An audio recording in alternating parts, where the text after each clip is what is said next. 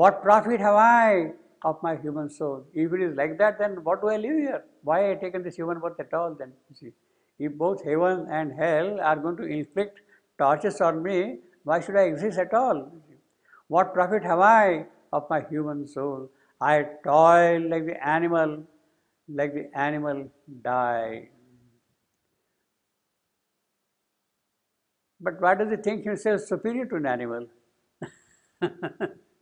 You see, after all, animal also is a God's creature. I am man the rebel, man the helpless serf. He has rebelled. He is still in the fire. Fate and my fellows cheat me of my wage. So this is what happens. You see, this happens very regularly in India. You are employed in a company or in an office or a school, and he will take a signature from you for 10,000 rupees. Signature will take for 10,000 rupees and give you exactly 7,000 rupees. He will be cheated, you see. This is what happens in the schools. The teachers are made to sign a higher bill in return of a payment which is much less than what they have signed for. Fate and my fellows cheat my wage. They take away the wages, you see. In fact, that's what happens if you're a contractor. You want a job, the contractor will pay you something, but then he will be demanding something, the contractor. I loosen with my blood my servitude's seal. So it is blood which I am now making it pay for that. And shake from my aching neck the oppressor's knees. So you can imagine he is putting his knees on the neck like that, you see. Oppressor's knee, only to seat new tyrants on my back. So one goes and the other comes, you see, and goes on and on. My teachers lesson me in slavery. This is the free education you get, liberal education, that the teachers will teach you how to live in slavery. I am shown God's stamp on my true signature upon the sorry contract of my fate. Why you are suffering? Well, this is the kind of a contract you have made with God. So you better accept that now. You can't help it, you see. I have loved, but none has loved me since my birth. My fruit of earth is given to other hands. All that is left me is my evil thoughts, my sordid quarrel against God and man, envy of the riches that I cannot share, hate of a happiness that is not mine. He is recounting his fate, his misery, his condition. I know my fate will ever be the same. It is my nature's work that I cannot change. I have loved for mine, not for the beloved's sake. I demand love, but I will not give love back to my beloved. I love for mine. So that is the kind of an appropriation. You demand that thing. I give you wages in demand, in return of you being my slave at my mercy all the while. I know my fate will ever be the same. I have loved for myself and not for others' life. Each in himself is soul by nature's law. So God has made his harsh and dreadful world. God has made his harsh and dreadful world. That is his reading of his creation. This is what we have seen earlier. Savitri's mother was asking Narad, is this your God who made this cruel world? God has made his harsh and dreadful world. So has he built the petty heart of man. Only by force and ruse can man survive. For pity is a weakness in his breast. His goodness is a laxity in the nerves. His kindness an investment for return. So it's a business. Yeah. His altruism is ego's other face. He served the world that him the world may serve. So this is the kind of a God he is seeing. The subconscious, the lower vital. If once the Titan strength could wake in me, if Enceladus from Etna could arise, then I then would reign the master of the world, and like a god enjoy man's bliss and pain. Enceladus, he was a giant. He was a giant. And in the war between gods and giants, Athena pushed him down onto the mountain in Sicily, Etna. And whenever he used to shake and all that thing, the volcano would burst open in Sicily. So Enceladus is still lying there under the Mount Etna. If one, the Titan strength, could wake in me, if Enceladus from Etna could arise. So every time the volcano bursts, it means that Enceladus has turned his side up, down like that. He could not be killed, obviously, because he is an immortal. So all that Athena could do was push him down onto the mountain and bury him there. He could not be destroyed. In other words, he will continue to be there for eternity. Only when Nara's song becomes real and the demons wept with joy seeing the return from whom they had come. They are waiting for the day to come. I then would reign the master of the world and like a god enjoy man's bliss and pain. So this is what he says. Look, if I can have the strength, I will throw away God and be the master of that thing. Now I don't know whether this master or this master are then any different. Titan as a master or God as a master who is inflicting, this man also will inflict the same kind of a torture on us, you see. So there is no escape. Both of them are in that sense alike. Now these are like a god, ministries of God, enjoy man's bliss and pain. They are basically super vital gods. They are not the true, genuine, supramental gods. They are not. They are the vital gods who have fallen and become the Asuric forces. Titan is the Asura. But God has taken from me the ancient force. He has taken away my force. What can I do? I suffer. There is a dull consent in my sluggish heart, and I agree. A fierce satisfaction with my spatial pang, as if they made me taller than my kind. So by suffering, by this misery of mine, I perhaps grow. Only by suffering can I excel, can I be better. I am the victim of titanic ills. I am the doer of demoniac deeds. I was made for evil. Evil is my lot. I was made for evil. Well, actually that is wrong. He was not made for evil. It happened. It happened. Because he had disconnected himself from the Supreme. Evil I must be, and by evil live.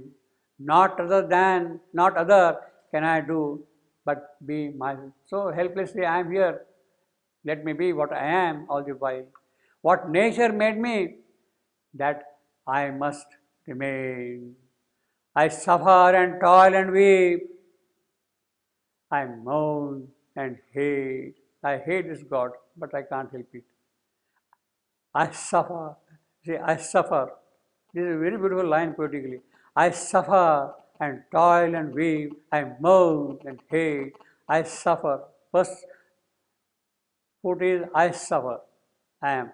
Then second foot is suffer and toil. Short, long. Anapis.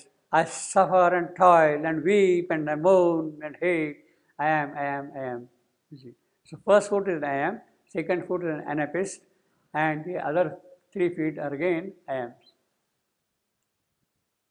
I suffer and toil and weep, I moan and hate. And the master stroke here is this semicolon. See the kind of an emphasis it brings, the poetic masterstroke, this semicolon here. I suffer and toil and weep, you pause for a while, kind of assimilate the impact of that phrase, and then I moan and hate. And Savitri heard the voice of that Madonna, the echo of the Titan heard, and turning to her being of pity, spoke. Deep compassion's ecstasy, pity, divine pity was on her face. Daya, Karuna, it was there on her face. It was shining bright because of that compassion, Daya and Karuna. And turning to her being of pity, spoke, Madonna of suffering, mother of grief divine. Mother of grief divine. So there is a kind of a divinity in grief. In earlier part of Savitri, in second book, Canto 7, Descent into Night, is a description of the whole falsehood. And when the mother was doing painting, rather Huta was doing painting with the mother, and that portion she was going to paint, she wrote a title for that. Falsehood is the sorrow of the Lord. Falsehood is the sorrow of the Lord.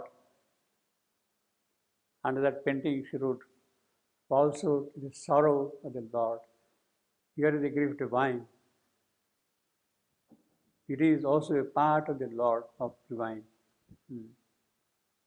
In the play, in the whole process, there is a kind of a divinity even in this phase of life. Falsehood is the sorrow of the Lord. And of course, mother had advised to skip as far as possible reading those parts of the book, the Descent into Night and Falsehood, Canto 7 and Canto 8 of the second book. Because so dark, so powerful, they can overpower. But the fact that they are there, they are not there for skipping.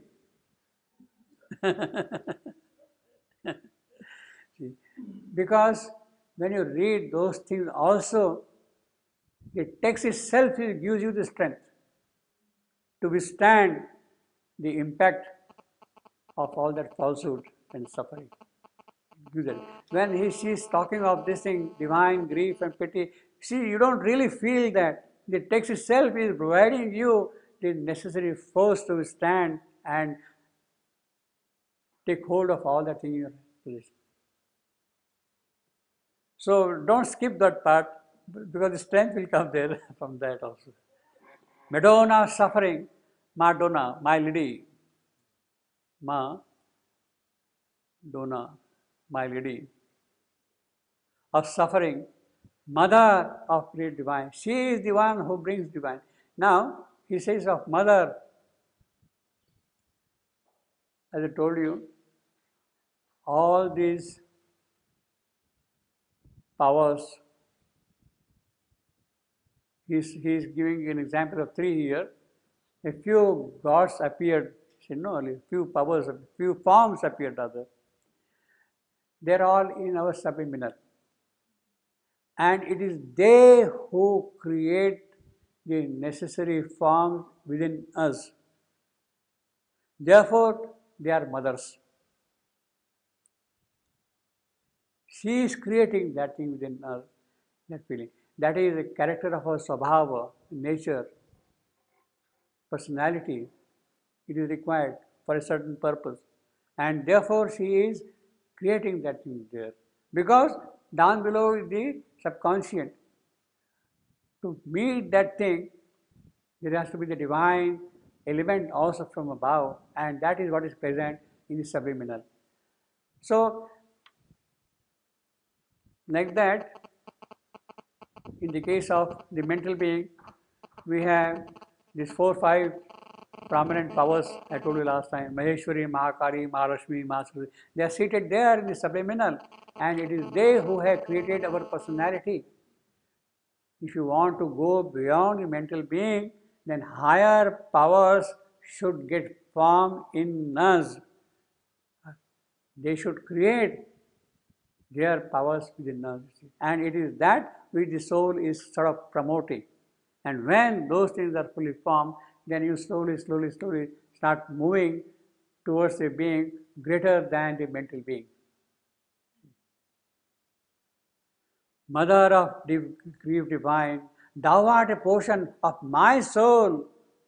So she is acknowledging her work. You are also a part of my soul, you see. My ansha, my portion, my soul put forth to bear the unbearable sorrow of the world. Had she not been there, it would have been impossible for us to bear the sorrow. Had she not been there, the sorrow of the world is so dense, so thick, so heavy, it would have been impossible for us to bear it in her absence. And that is why she is grief divine. Divine. Thou art, because thou art, man yield not to their doom, but ask for happiness and strive with fate. Because thou art, the wretched still can hope. Yes, we always carry hope because of her. But thine is the power to solace, not to save. You can give consolation, you can show pity, karuna, daya you can show, but you can't save person. Because you don't have strength. You don't have strength. To save, you need strength. You don't have strength. And solace alone cannot save you.